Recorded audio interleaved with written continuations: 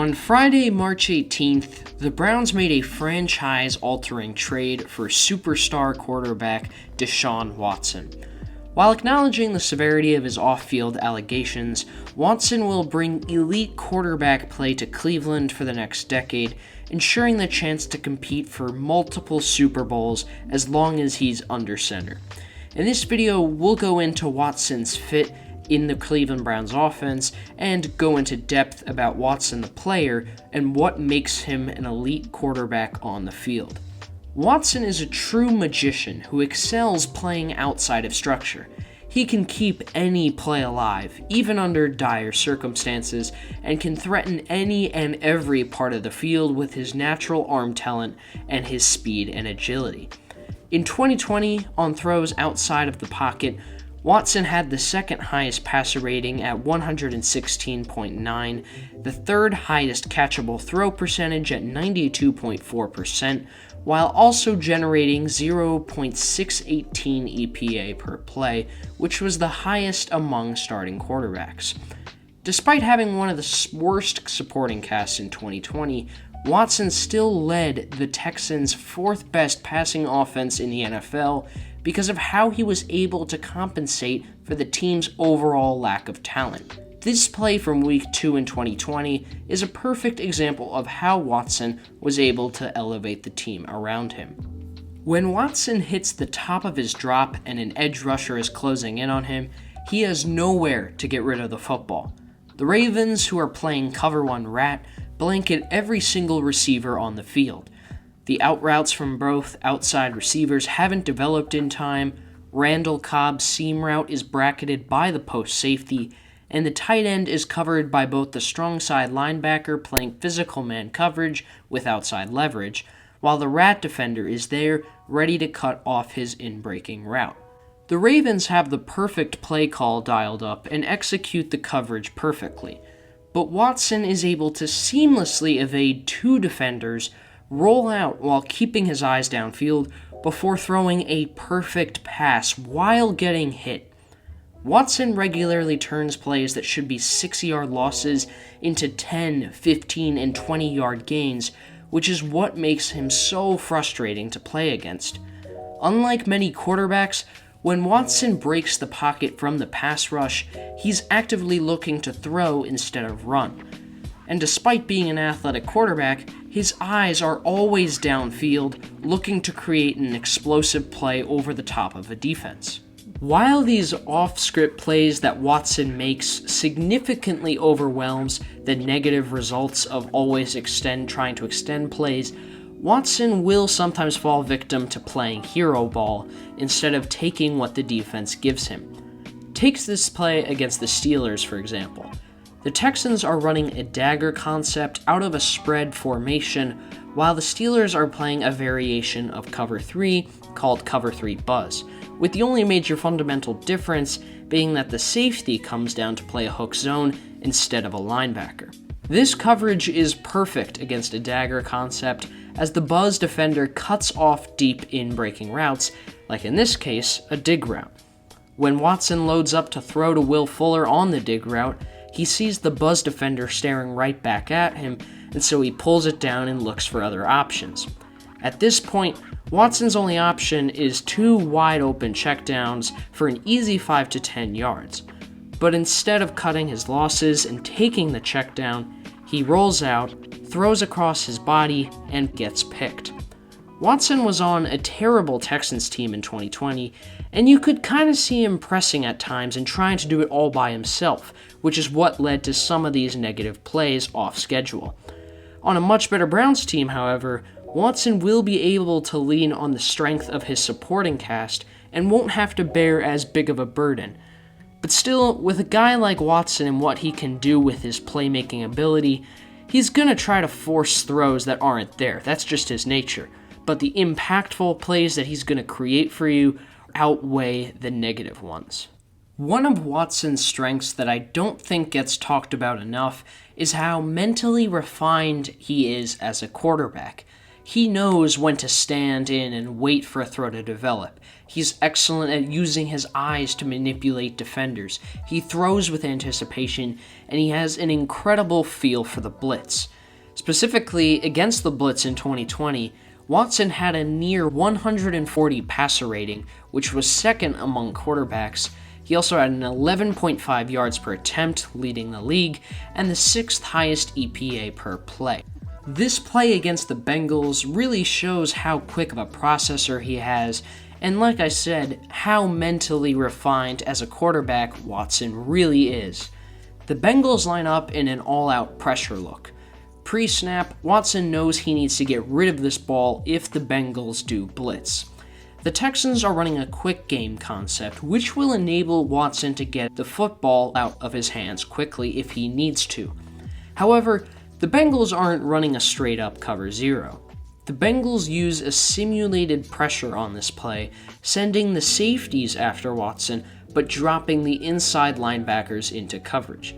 Now, generally speaking, most offenses, when facing a potential all-out blitz, will have built-in hot routes in order to get the ball out quickly. And generally speaking, this hot route is usually assigned and built into the slot receiver, as he's the closest to the quarterback and it's an easier throw to complete. The slot receiver often has freedom to run either a slant, out, or a hitch, with some slight variations team to team, depending on the corner's leverage.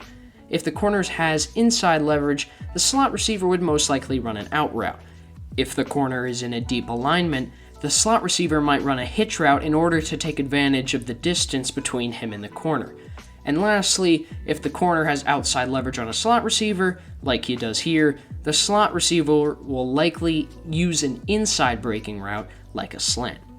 Now, the design of this pressure, going back to the Bengals play call, is to confuse the quarterback into thinking that it's an all-out blitz by bringing the safeties right before the snap, in hopes that the quarterback will take the bait and throw the slant route to the slot receiver in hopes to get the ball out quickly.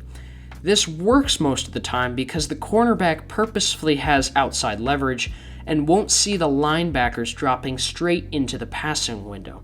But watch just how fast Watson's process is.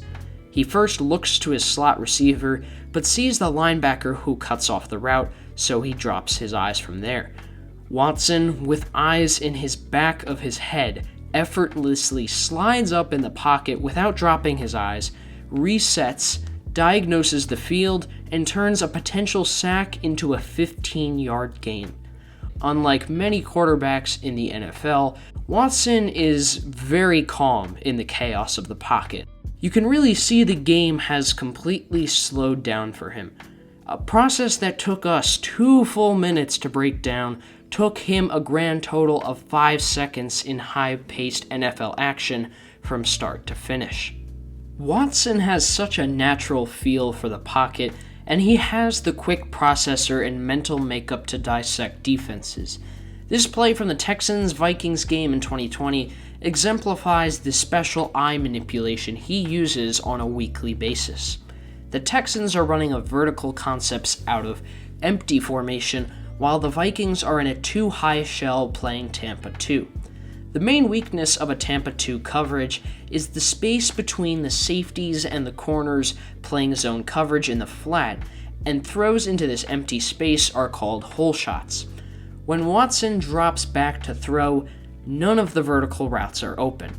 The deep over route by the tight end is well bracketed by the 2 linebackers, the seam route is tightly defended by the slot corner, and the deep safety is playing both vertical routes on his side of the field.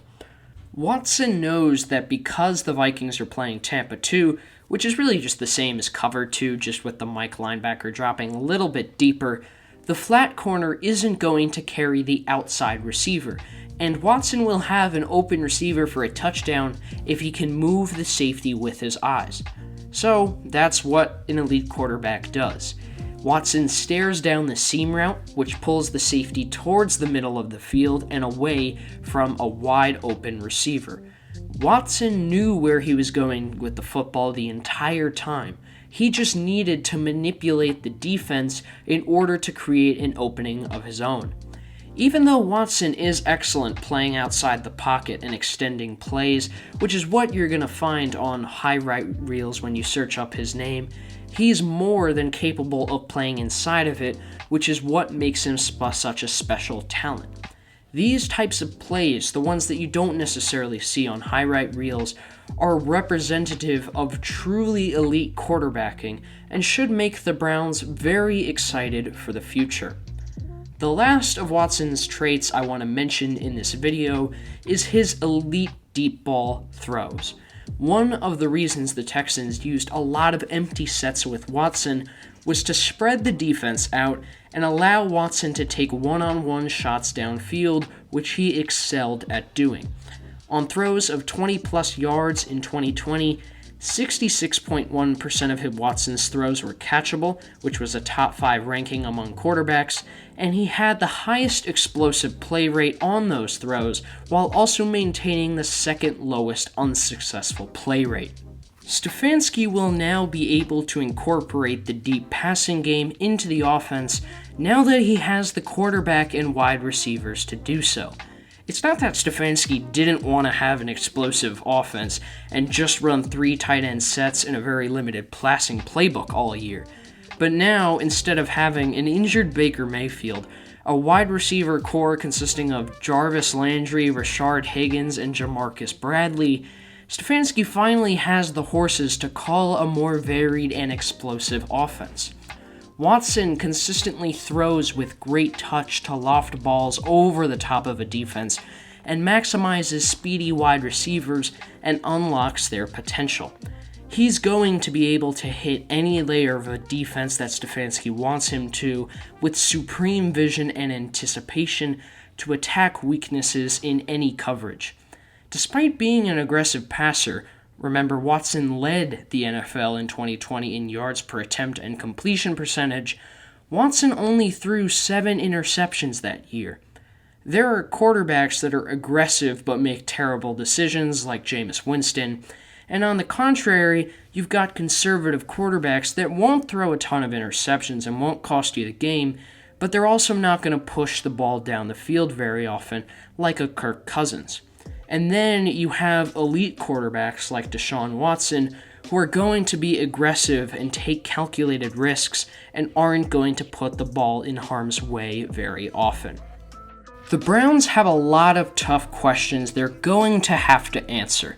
They're going to have to confront Deshaun Watson's allegations head-on and explain to the fan base what made them comfortable acquiring a player with over 20 civil suits pending filed against him to be the face of the franchise that has prided itself on selecting high-character football players who are smart, tough, and accountable, per the words of Andrew Berry and Kevin Stefanski.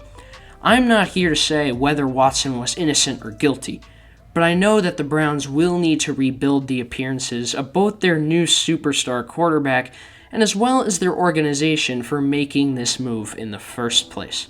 Watson will likely be suspended for a portion of the 2022, which obviously isn't ideal. But regardless of his complicated legal situations, the Cleveland Browns have finally, at long last, found an elite franchise quarterback.